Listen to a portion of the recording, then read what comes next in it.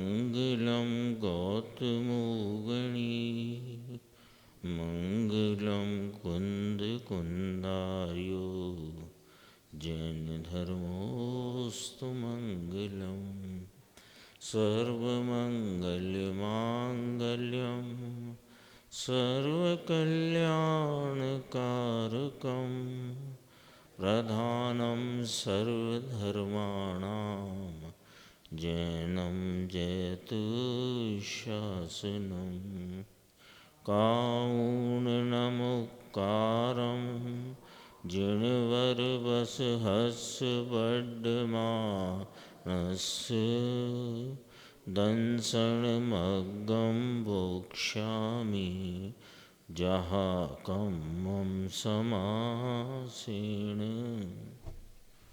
आचार्य कुंद कुंदेव द्वारा प्रणीत अष्टपाहुड़ नाम का ग्रंथ और उसके सूत्र पाहुड़ की छठवीं गाथा का जो भावार्थ है उस पर गुरुदेव श्री का व्याख्यान उसके आधार से अपनी स्वाध्याय चल रही है।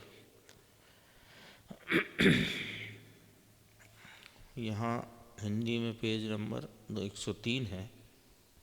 कहते हैं कि वस्तु भगवान आत्मा अनादि अनंत नित्य ध्रुव प्रभु अविनाशी जिसका सत और सत्व है। सत अर्थात द्रव्य और सत्व अर्थात उसके गुण, ये सब अविनाशी उसका तत्व है। उस अविनाशी तत्व को सत्य कहते हैं। यानी पहले कहा सत है भगवान आत्मा द्रव्य और सत्व उसके गुण, और ऐसा गुणात्मक सत्व स्वरूप सत वह हुआ तत्व, उस तत्व को सत्य कहते हैं।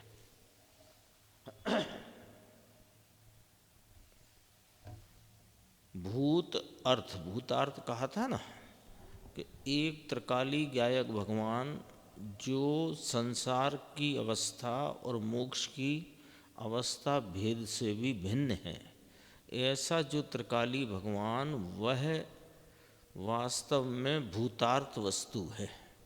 तो भूत अर्थ माने विद्यमान पदार्थ, सच्चा साहेब वह है, परंतु कर्म के संग से उत्पन्न हुआ विकारी भाव वह भी व्यवहार हुआ, और उसका अभाव होकर जो मोक्ष दशा हुई वो भी व्यवहार हुआ। राग द्वेष का अभाव होकर वीतराग हो, अल्पज्ञता का अभाव होकर के सर्वज्ञ हो, अल्पज्ञ का अभाव करके सर्वज्ञ हो, तो इतनी अपेक्षा आई ना वस्तु में जो त्रिकाल एक रूप है, जो सदा एक रूपता को छोड़ती नहीं, ऐसा आगे कहेंगे अपरिणामी तत्व है।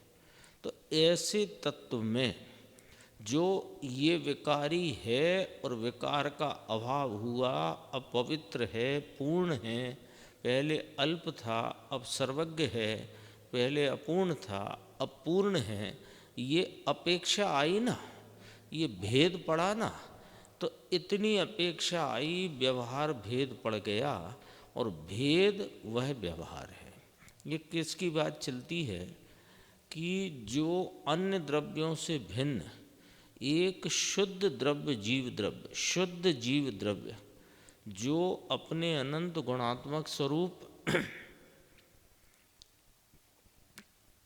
जो अपने अनंत गुणात्मक स्वरूप है, वो जो वस्तु है उसका जो सामान्य और विशेष स्वरूप, उसमें सामान्य सदैव एक रूप रहने वाला त्रिकाली, और विशेष माने गुण भेद और उसकी पर्याय में पलटकर उत्पन्न विनष्ट होते अवस्था के भेद, वे सब वास्तव में अभूतार्थ हैं, असत्यार्थ हैं, वस्तु दृष्टि से देखो तो झूठे हैं। ये वाली बात यहाँ चलती है कि दृष्टि का विषय क्या है। तो ये फिर आगे खुलासा 104 नंबर के पेज पे है।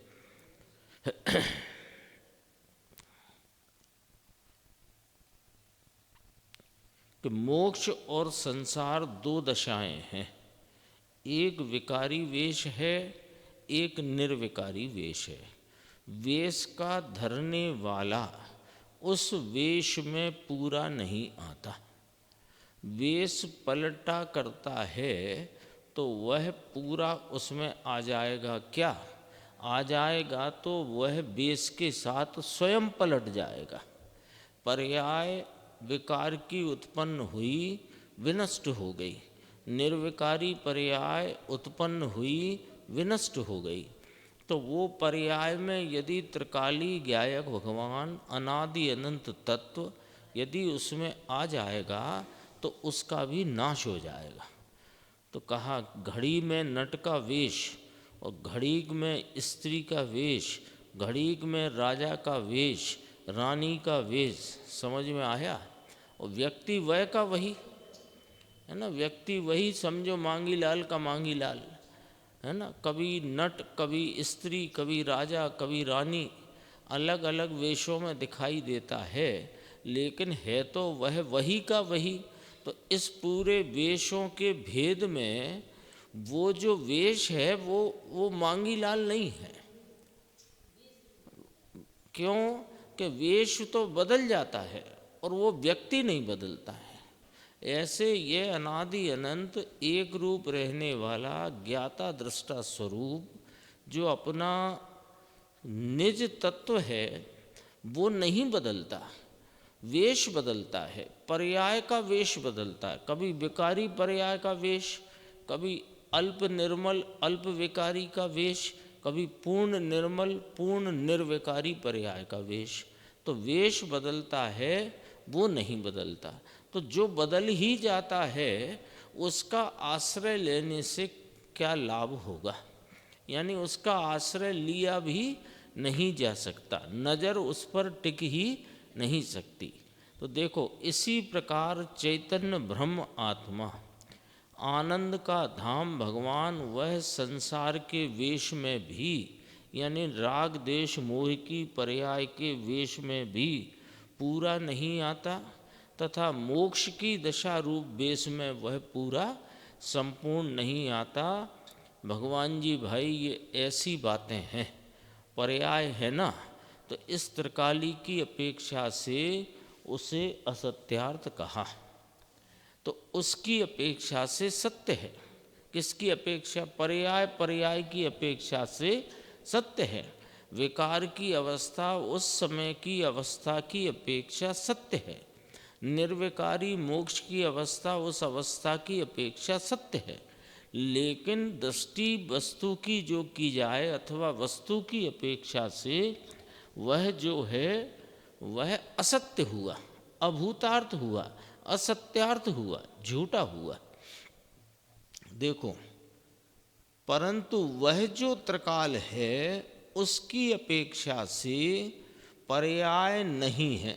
नहीं है माने पर्याय, पर्याय तो है, पर पर्याय वो चीज़ नहीं है जो त्रिकाल रहती है, इसलिए नहीं है।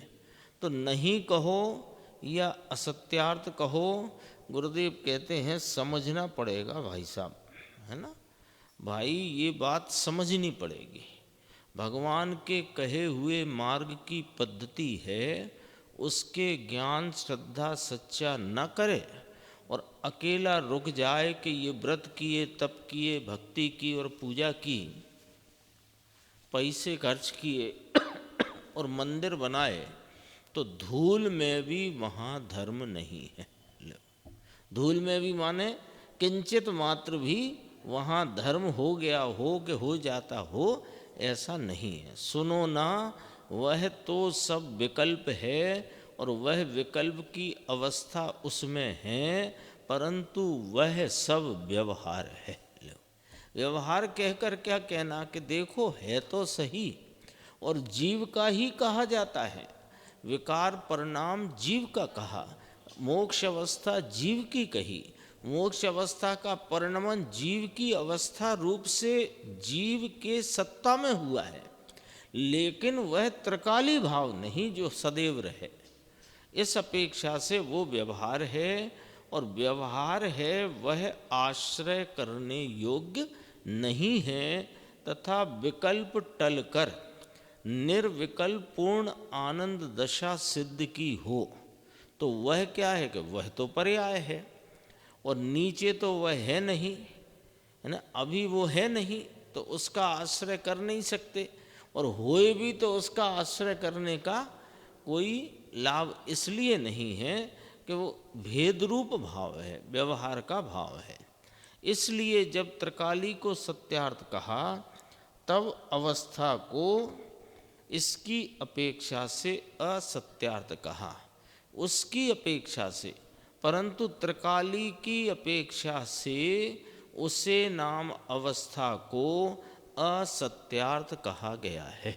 जो अपनी 11वीं गाथा में बात आ गई ना, व्यवहार न सब ही अभूतार्थ है, तो वहाँ राग को जानने का परिणमन, ज्ञान राग को पहले लिया, राग को जानता है फिर राग को जानता है, ये उपचरित असद्भूत, और ज्ञान राग को जानता है, ये अनुपचरित असद्भूत, है ना, ऐसे करके लिया।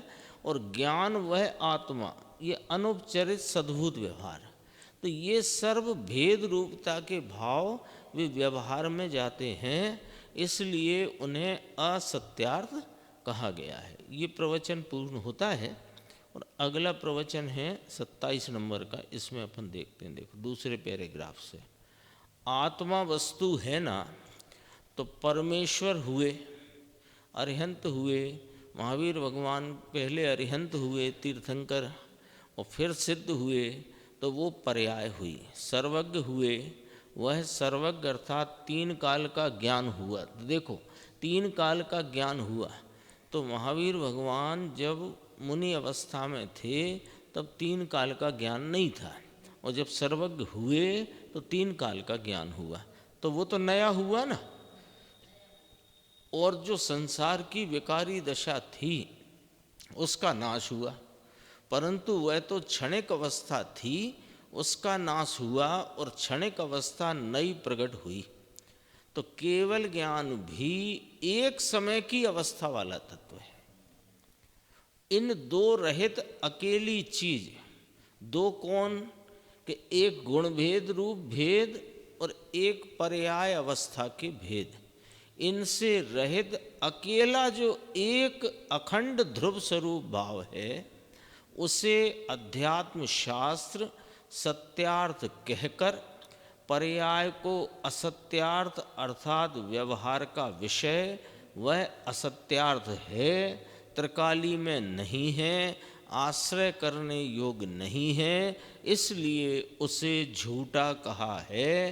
किसको? पर्याय भाग को, है ना। एक जो सामान्य चर्चा है पहले की, यानी प्रथम जो निर्णय की भूमिका हो, तो वहाँ कहेंगे कि स्वय से अस्ति पर से नास्ति, कहते हैं ना, स्वय से अस्ति पर से नास्ति।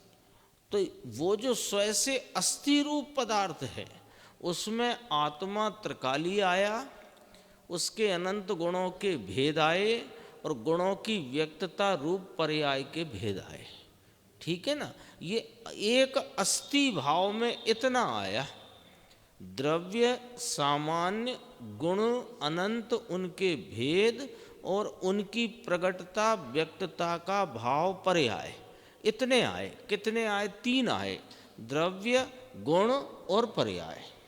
ये स्वय से अस्थि में आया, इसमें पर से नास्ति है। तो ये तो एक प्रथम भूमिका का भेद ज्ञान हुआ। अब ये जो स्वय से अस्थि रूप द्रव्य गुण पर्याय स्वरूप जो अपना निज तत्व है, निज भाव है, स्वयं जीव द्रव्य है, इसमें आश्रय किसका लेना और किसका नहीं लेना, कि जिससे जान गए अपन ने ये जान लिया कि ये देह पुद्गल और कर्म पुद्गल से न्यारा मैं तो चैतन्य स्वरूप एक अनंत चैतन्य शक्ति का धारक ध्रुव पदार्थ हूँ। तो उसके कोई गुण हैं क्या? कि हाँ अनंत गुण हैं। तो गुण की जो अनंतता देखने गए तो भेद पड़ गए। और उन गुणों की व्यक्तता कहाँ है कि जानना, देखना, सुख दुख, ये जो पर्याय में चल रहा है भेद, विकारी हो, निर्विकारी हो, अल्प विकारी हो, पूर्ण विकारी हो, अल्प निर्विकारता हो और पूर्ण निर्विकारता हो, कोई प्रकार के भेद हो, है ना। सुबह भी बात आई थी, जो आई थी ना सुबह, चार अपन ने पर्याय के जो भाव हैं, औदय, औपसमिक, छाय, उपसमिक और छाय, ये सब अवस्था भेद हैं। तो ये सब आश्रय के योग्य नहीं, आश्रय के योग गुण भेद भी नहीं। जो अखंड वस्तु है वो आश्रय के योग्य। अब इसी बात को अब यहाँ और समझाते हैं, है ना। गुरुदेव श्री क्या करते हैं कि जो मूलभूत तत्व है उसे बार बार बोलते हैं, बार बार कहते हैं, है ना। सुबह भी कहा था कि कदाचित एक बार सुनने वाले का कदाचित उपयोग इधर उधर हो गया हो, तो दूसरी बार में भी मौका है, तीसरी बार में मौका है। अब बिल्कुल ही उपयोग नहीं लगता हो तो फिर कोई मौका ही नहीं है। अभी देखो क्या कहते हैं, बहुत सुंदर बात है। आत्मा ही आत्मा में दो भाग, यहाँ पर से नास्ती है उसे तो हटा ही दिया, अब तो स्वयं की बात चल रही है। मैं जीव द्रव्य, मेरे अनंत गुण और उनकी व्यक्त वर्तमान अवस्था, इतनी वस्तु में अब इसमें दो भाग करे, पर की अपेक्षा से नहीं, पर की अपेक्षा यहाँ कोई नहीं। मेरे ज्ञान, दर्शन, सुख, चारित्र, वीर, स्वच्छता, प्रभुता आदि जो मेरे गुण भाव, उसमें क्या पर की अपेक्षा, और मेरी परिणति में जो राग द्वेष के विकारी भाव, उनमें एकत्व रूप भ्रांति का, मोह का, मिथ्यात्व का परिणाम अथवा मिथ्यात्व के टल जाने से आंशिक निर्मलता और आंशिक मलिनता और सर्व मलिनता टल जाने से पूर्ण निर्मल परिणाम, इतने जो कुछ भेद उत्पन्न हो रहे हैं उनको भी पर की अपेक्षा नहीं है। पहले इतनी बात करो, एक इतना सा शब्द है, देखो मैं अंडरलाइन करता हूँ, आप देखो इसमें बहुत गंभीर बात छिपी हुई है। पर की अपेक्षा से नहीं, यानी मेरे अनंत गुणों की गुणात्मकता इस अखंड द्रव्य के आश्रय से जो रही हुई है, उन गुण रूपता को, गुण स्वरूपता को, वस्तु की गुणात्मकता को और उन गुणों के अपने अपने स्वरूप को किसी पर की क्या अपेक्षा है। ज्ञान को अपेक्षा नहीं है कि ज्ञेय होए तो ज्ञान होए, दर्शन को अपेक्षा नहीं है कि दृश्य होए तो दर्शन होए, है ना। तो वीर किसे कहा कि स्वरूप की रचना करे, ल्यो पर की तो अपेक्षा ही नहीं इसको। सुख क्या कि अपनी सामर्थ्य में से प्रगटे, उसका नाम सुख है। तो सुख भी निरपेक्ष, ज्ञान निरपेक्ष, दर्शन निरपेक्ष, वीर निरपेक्ष, चारित्र निरपेक्ष। तो जो निरपेक्ष भाव स्वभाव है तो अनंत स्वभाव निरपेक्ष, वस्तु निरपेक्ष, त्रिकाली, ज्ञायक, अखंड, अनंत गुणों का आश्रय स्वरूप एक भाव अभेद, वो निरपेक्ष, उसके स्वयं के गुण निरपेक्ष। अब उसकी पर्याय में पढ़ते हुए विकारी, आंशिक निर्मलता और पूर्ण निर्मलता, विकारी और आंशिक निर्मलता के साथ आंशिक विकार और पूर्ण निर्मलता के साथ जीरो विकार, ऐसी जो अवस्था के भेद हैं, इन अवस्था के भेद भी पर से निरपेक्ष हैं, पर की अपेक्षा नहीं। लो, मेरी निर्मलता को देवगुरु शास्त्र की अपेक्षा नहीं, दर्शन मोह के उपसम क्षय उपसम की अपेक्षा नहीं, मेरी निर्मलता को, मेरे स्वरूप के संचेतन को, मेरे स्वभाव की प्रतीति रूप भाव को, मेरे आनंद को, मेरी शांति को किसकी अपेक्षा है? क्यों कि ये वर्तमान मेरा परिणाम, मेरे स्वरूप का आश्रय ले तो सुख रूप भाव से, आनंद रूप भाव से, शांति के भाव से, पवित्र भाव से स्वयं पूर्ण में, इसको अपेक्षा नहीं। अच्छा, तो विकार में तो अपेक्षा है ना, कर्मोदय की अथवा पर के लक्ष्य करने की कि ना, वो तो उपयोग पर की तरफ है, इतना बताया है। और वहाँ कर्मोदय की अवस्था उदय रूप है, इतना बताया है। यहाँ राग होने के लिए भी किसी पर की अपेक्षा नहीं है। ये बात कहाँ से कहते हो कि 62 नंबर की गाथा 85 काय में से कहते हैं, है ना। विकार को भी कारकांतरों की अपेक्षा नहीं, कारकांतर समझ गए, अन्य कारकों की अपेक्षा नहीं, है ना। कारकांतरम न अपेक्ष्यते, ऐसी टीका में अमृतचंद्र आचार्य देव ने 62 नंबर की गाथा में कहा। तो विकार को भी पर की, अब देखो पूरा अपन उसका नक्शा बना लो कि मैं कौन, कि त्रिकाल ज्ञाता दृष्टा अनंत गुणात्मक अभेद अखंड चिन्मात्र ज्योति स्वरूप दृष्टि का विषय भूत सामान्य ज्ञान ज्ञायक भाव वो मैं, उसके ज्ञान दर्शन सुख चारित्र वीर्य आदि अनंत गुण, और वर्तमान प्रकट अवस्था व्यक्त अवस्था में ज्ञान दर्शनादि गुणों की प्रकटता के भाव। बस इससे ज़्यादा क्या है ना। ये जो चोला है इसमें शरीर और कर्म पुद्गल की तो नास्ति और स्वय से अस्थि। अब अस्थि में आए तो ये 3 भाव दिखाई देते हैं, 3 भाव, एक अभेद अखंड द्रव्य, अनंत गुण और उनकी प्रकट पर्याय। अब देखो इसके गुण भी निरपेक्ष और इसकी एक एक पर्याय भी निरपेक्ष। इसकी परिणति में भ्रांति मोह मिथ्यात्व का परिणाम निरपेक्ष, इसकी परिणति में राग देश के विकारी परिणाम वे भी निरपेक्ष, और राग देश का अभाव होकर निर्विकारिता का अंश जगा वो भी निरपेक्ष, और वो निर्विकारिता निर्मलता बढ़ती गई वो भी निरपेक्ष, और निर्मलता पूर्ण हुई सो वो भी निरपेक्ष।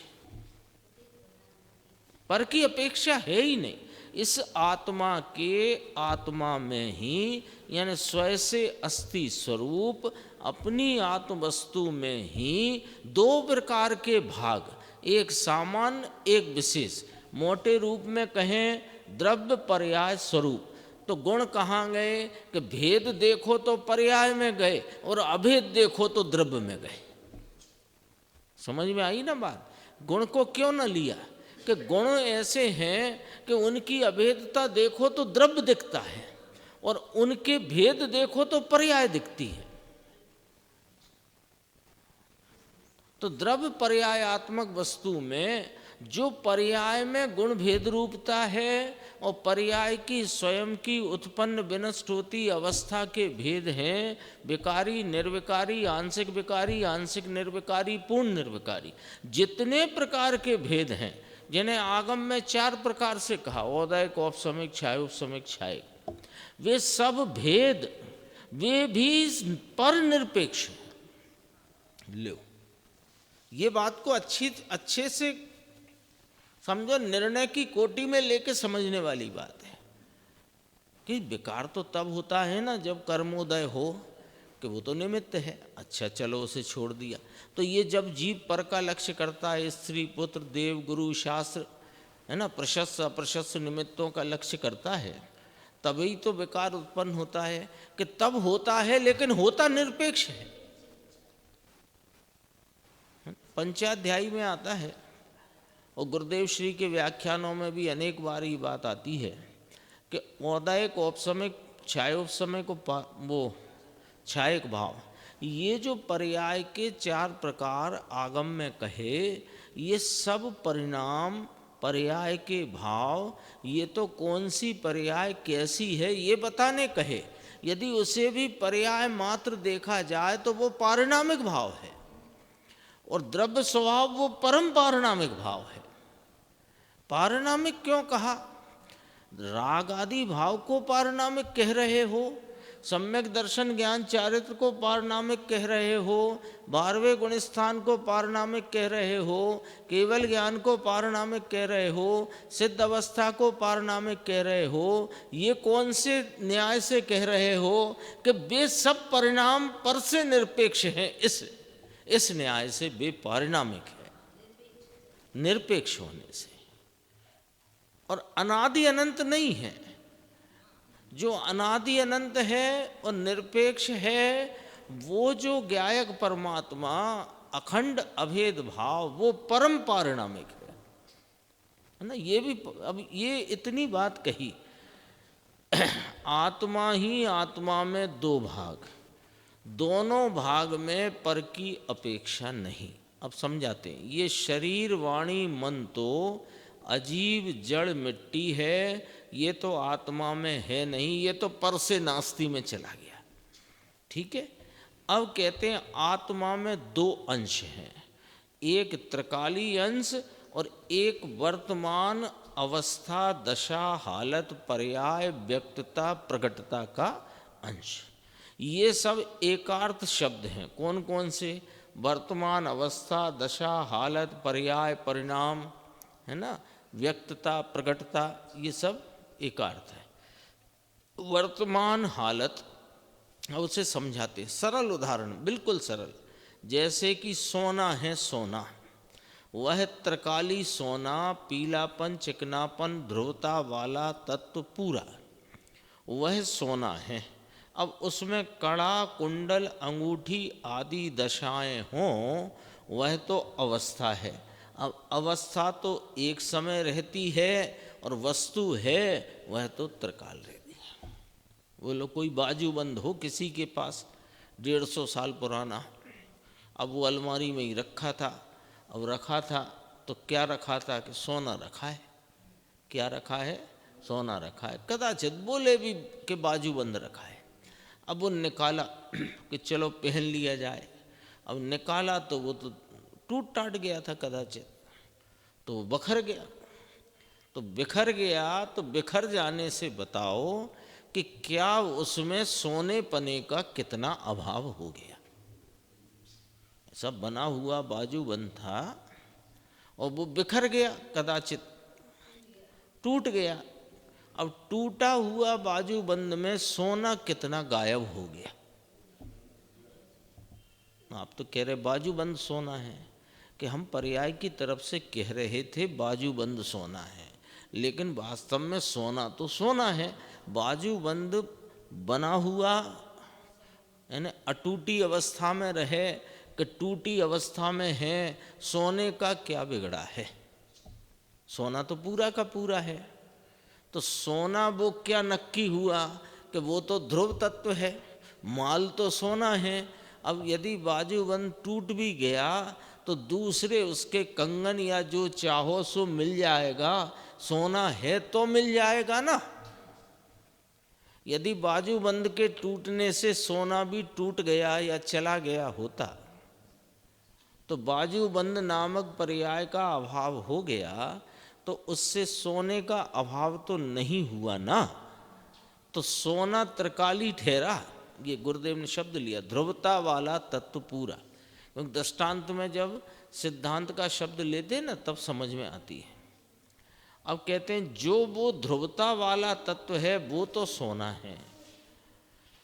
अब उसमें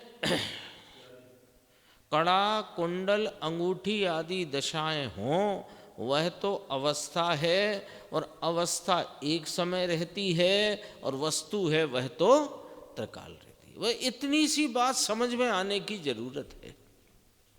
तो इससे क्या होगा कि बाजूबंद टूटे कि न टूटे, माल तो पूरा है। इतना जो लक्ष्य में आया तो आपको एक सेकंड भी दुख की दशा नहीं होगी। मान लो सोना किसी ज़माने में आपने 200 ग्राम का बाजूबंद है समझो, और 50 रुपये तोले के हिसाब से 2000 रुपये का आया था। ठीक है, अब आपने देखा कि अब तो 1.25 लाख रुपए भाव हो गया। ठीक है, तो अब तो वो 50 लाख का हो गया।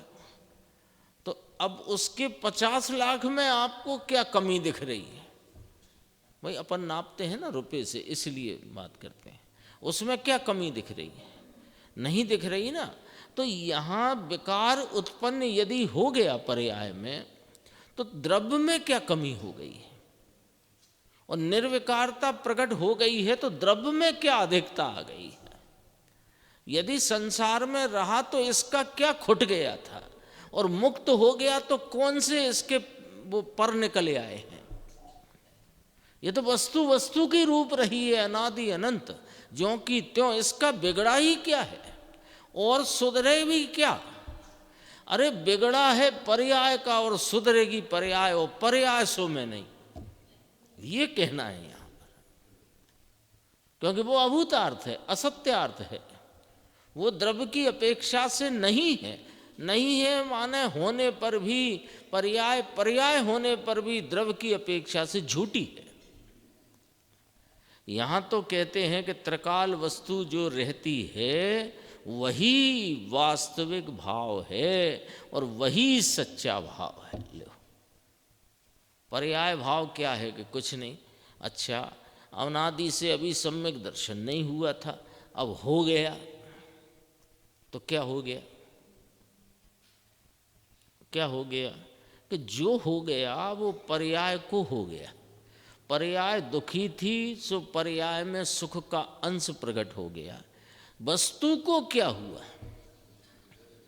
ये थोड़ा सोचने का नजरिया, विचारने का इस तरफ लाओ, क्योंकि हमारा सारा विचार, सारा चिंतन पर्याय की तरफ चलता है कि अनादि से भटक रहे हैं भैया, भटकते भटकते अब जैसे तैसे ये जिनवाणी मिली है। अब जिनवाणी मिली है तो सम्यक दर्शन हो जाए, तो मोक्ष मार्ग प्रकट हो जाए, तो आगे चल कर के पूर्णता भी हो ही जाएगी। इतना तो विश्वास है हमें इस जिनवाणी पर, उसके उपदेश पर, और उसके उपदेश में जो कहा उसको यदि मानेंगे तो हम पूर्णता को प्राप्त कर लेंगे। भाई, पूर्णता प्राप्त करेगी पर्याय, और अपूर्ण है पर्याय, विकारी है पर्याय, दुखी है पर्याय, सुख होगा पर्याय को, पूर्णता प्राप्त करेगी पर्याय। वस्तु में क्या बिगड़ा है? वस्तु अभी की अभी पूरी की पूरी ज्यों की त्यों विद्यमान है, विराजमान है। ये वास्तविक भाव है, यही सच्चा भाव है। तो चिंतन विचार में वस्तु की ऊर्ध्वता आनी चाहिए, वह मुख्य होनी चाहिए, और पर्याय में जो चल रहा है वो गौण होना चाहिए। अपना चिंतन चलता है कि देखो ऐसे बुरे बुरे परिणाम आते हैं, ऐसे यानी अच्छे परिणाम नहीं आते हैं। मंदिर आओ तो थोड़े परिणाम अच्छे होते हैं, घर जाओ तो फिर खराब होते हैं। फिर कैसे सुधरें? सम्यक दर्शन कैसे होए? सम्यक दर्शन होए तो मेरा भला होए।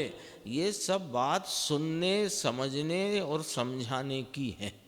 विचारने के लिए तो ये विचारना चाहिए कि मुझे तो अपना आत्मा जानना है, और आत्मा तो अनादि अनंत ज्यों का त्यों है। उसका ना कुछ आज तक अहित हुआ है न हित होगा, क्योंकि अहित हुआ हो तो हित होए।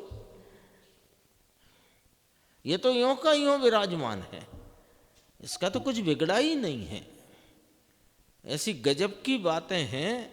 यानी चैतन्य तत्व जो अपना त्रिकाली है, उसकी दृष्टि ये जीव करे, ऐसा उपदेश है। पर किसकी करे? उसकी ऊर्ध्वता रखे तो होए ना। दृष्टि करे, ये उपदेश दिया। अब ये दृष्टि के पीछे पड़ जाता है। दरअसल में दृष्टि जिसकी करनी है उसकी मुख्यता हो, उसकी ऊर्ध्वता हो, उसकी महिमा हो, उसकी ही मुख्यता रखे तो नियम से इसका कार्य सिद्ध होएगा। पर ये कार्य सिद्धि को प्रमुख रखता है, और जिसके आश्रय से कार्य होना है उसको गौण रखता है।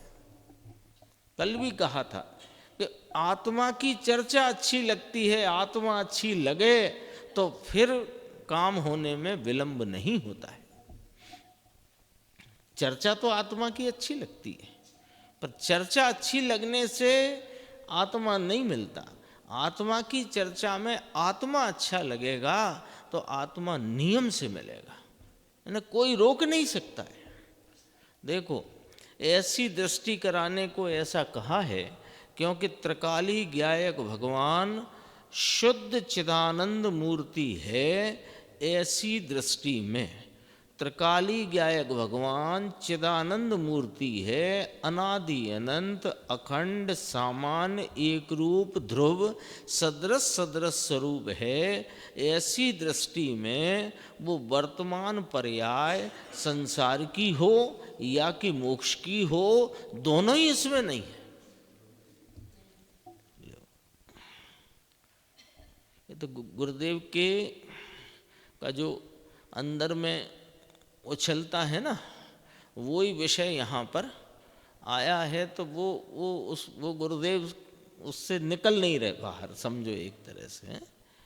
अवस्था तो नई होती है, मोक्ष की तो नई अवस्था होती है, सिद्ध हो वह तो नई अवस्था होती है। फिर अपने को विचार कराते हुए पूछते हैं, भैया सिद्ध अवस्था अनादि की थी क्या? अच्छा, जब सिद्ध अवस्था नहीं थी तो तू था कि नहीं था? है ना, ये चैतन्य परमात्मा तो अनादि से है कि नहीं? और सिद्ध अवस्था अनादि से नहीं है, तो जो अनादि से है और सिद्ध होने के बाद भी ऐसे का ऐसा रहेगा, है ना। वो चेतन भाई का शब्द है, अघटित घाट ऐसे का ऐसा। यानी अघटित घाट का अर्थ है कि जैसे कोई को तराश करके जोड़ करके कुछ कृत्रिम बनाया जाए, ऐसा मैं नहीं हूँ। बनती बिगड़ती है पर्याय, मैं तो अघटित घाट ऐसे का ऐसा त्रिकाल रहने वाला तत्व हूँ। देखो, इसी प्रकार संसार अवस्था जो अनादि की है, विकार विकार वह भी अनादि की होने पर वह क्षण क्षण की नई नई थी, उस अवस्था का नाश होता। देखो, अब यहाँ पर एक दृष्टि कराते हैं कि कोई ऐसा कहे कि सिद्ध अवस्था तो नहीं थी अनादि से, लेकिन विकार तो अनादि से ही चला आया है ना इस जीव को। तो विकार को तो रखो कि विकार को हम रख लेंगे, पर तुम ये सिद्ध कर दो कि ये वही विकार चला आया है अनादि से। यदि वही का वही चला आया हो तो हम विकार को आत्मा मान लेंगे, पर विकार की अवस्था तो बदल जाती है ना। अभी अपन जब मंदिर आने वाले थे तो वहाँ जो मंदिर में आने की विचार करने के पहले जो परिणाम था, फिर मंदिर का विचार आते ही कि चलो समय हो गया, और फिर जो परिणाम बदल गया, और फिर रास्ते में जो परिणाम था, फिर मंदिर में यहाँ वीतराग प्रभु के सामने आके बदला। ये ना मोटी मोटी बात करते हैं, बदलता तो हर क्षण है। और फिर यहाँ स्वाध्याय में बैठे और स्वाध्याय सुनते हैं, फिर यहाँ से अभी थोड़ी देर बाद घर जाएंगे, फिर परिणाम बदलेगा। तो ये बदल रहा, ये भी विकार है अभी, और घर गए वो भी विकार है, और घर से जब मंदिर आने को तैयार हुए तब भी विकार था। तो वो विकार वही का वही रहा हो तो मान लेंगे हम, वो तो बदल जाता है। वो तो एक अवस्था उत्पन्न होती है और अगले क्षण नाश को प्राप्त होती है। मोक्ष का उत्पाद होता है, इसलिए उत्पाद व्यय की अवस्था को व्यवहार कहा। अब कोई कहे ऐसा मोक्ष हो गया फिर तो वो बना ही रहता है ना, मोक्ष बना रहता है नहीं। मोक्ष की अवस्था वैसी की वैसी सादी अनंत होती है, वह की वही नहीं होती है। इसके लिए याद करो गाथा नंबर 80 प्रवचन सार, जिसमें अन्वय और व्यतिरेक की बात कही।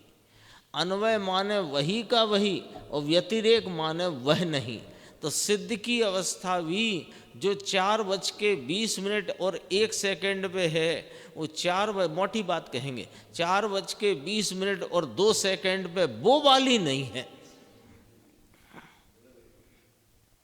तो वो भी बदल गई तो व्यवहार हो गया। जो बदले सो व्यवहार, जो नहीं बदले सो निश्चय। ऐसे समझो, भगवान का मार्ग केवल ज्ञानी तीर्थंकर देव परमेश्वर जिन्हें वीतरागता प्रकट हुई, वे तीर्थंकर ऐसा कहते हैं। अब देखो, आगम से इस बात को सिद्ध करेंगे। अभी अध्यात्म के अंदर आत्मा ही आत्मा में 2 अंश की बात करी।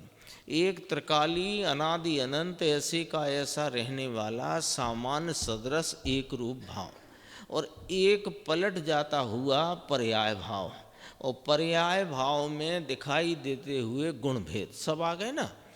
तो ये बात अध्यात्म में सिद्ध करी कि वे गुण भेद रूपता के भेद और पर्याय में पलटते बदलते हुए जो पर्याय भेद अवस्था भेद वे सब व्यवहार हैं, और वे वास्तविक स्वरूप वस्तु का नहीं है। वस्तु का वास्तविक स्वरूप तो जो सदा एक रूप रहता है वही है। ये बात अध्यात्म से करी। अब इसी बात को अपन आगम से समझते हैं। देखो, उत्पाद व ध्रुव युक्तम सत, सूत्र कौन नहीं जानता है ना, तत्वार सूत्र में आया। ये तो तत्वार सूत्र का सूत्र है। कहते हैं आत्मा में अनंत काल से जो शुद्धता सत्ता आनंद और ध्रुवता भरी है वह वस्तु है, वही सही है और वही यथार्थ है। अब उसकी दशा में, उसकी हालत में ये दुख की दशा जो चल रही है ये संसार की दशा है। राग और द्वेष पुण्य और पाप वह मैं, ये मिथ्यात्व है। ऐसा भाव वह संसार है। उसकी दशा में वह उसका माने आत्मा का एक वेश है। जैसे अभी कहा था ना, मांगीलाल पहले राजा बने, फिर अगले सीन में रानी बन गए, फिर 2 सीन बाद वे कुछ और बन गए, फिर नट बन गए, फिर जोकर बन गए, फिर कुछ बन गए, और रहे तो बेई के बेई। ऐसे अवस्थाएं ये एक वेश है।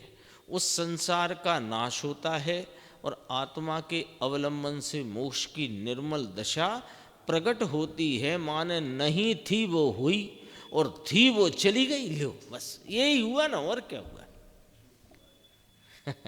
सूक्ष्म लॉजिक है। ये लॉजिक पकड़ना जरूरी है। ये लॉजिक से जो द्रव्य स्वभाव है, जो अखंड है, देखो शब्दों में तो सबको ख्याल में है, अखंड है, अभेद है, एक रूप है, सदृश है, सामान्य स्वरूप है, बदलता नहीं है।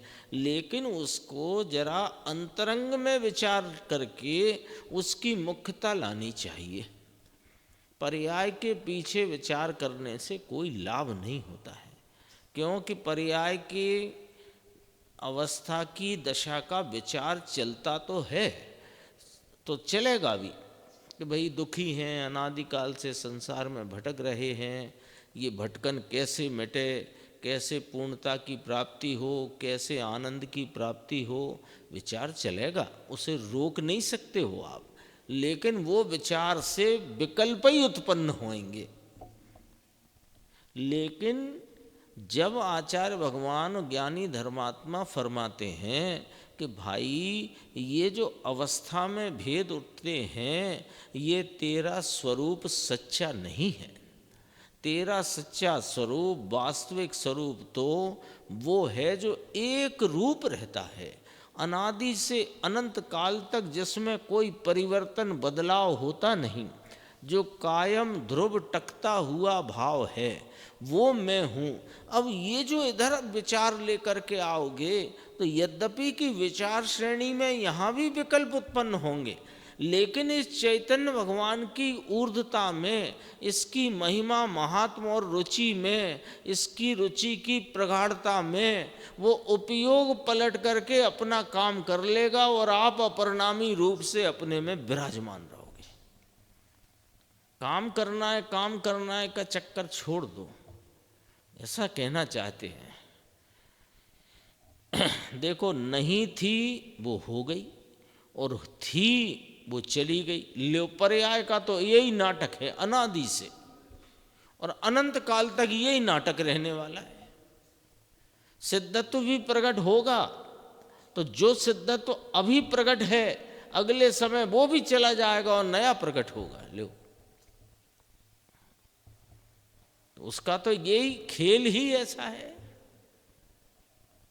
सूक्ष्म लॉजिक है तुम्हारे डॉक्टर वाक्टर की अपेक्षा, व्यापारी की अपेक्षा, सब ले लिया उनने। देखो वास्तव में ये एक और लॉजिक समझो जरा, है ना। आगम कैसे कहता है?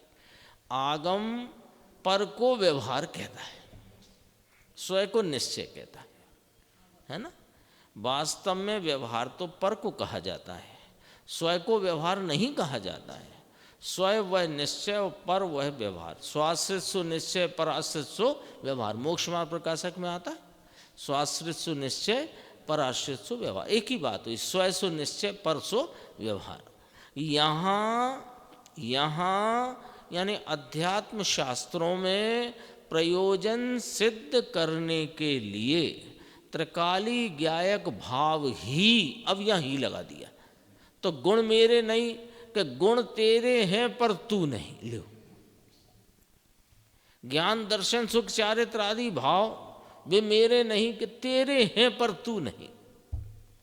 और पर्याय में जो विकार की अवस्था है और विकार मिटकर सम्यक दर्शन ज्ञान चारित्र की निर्विकारी अवस्था हो, वो तो मेरी है कि तेरी पर्याय में हुई तो है पर तू नहीं।